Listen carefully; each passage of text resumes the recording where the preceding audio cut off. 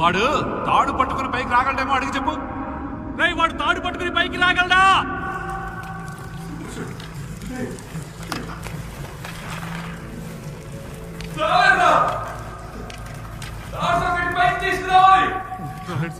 బాబు తాడు ఎలా కట్టాలో నేర్పించాం కదా, అది గుర్తుందేమో అడుగు. రేయ్ తాడు ఎలా కట్టాలో నీకు జ్ఞాపకం ఉందా?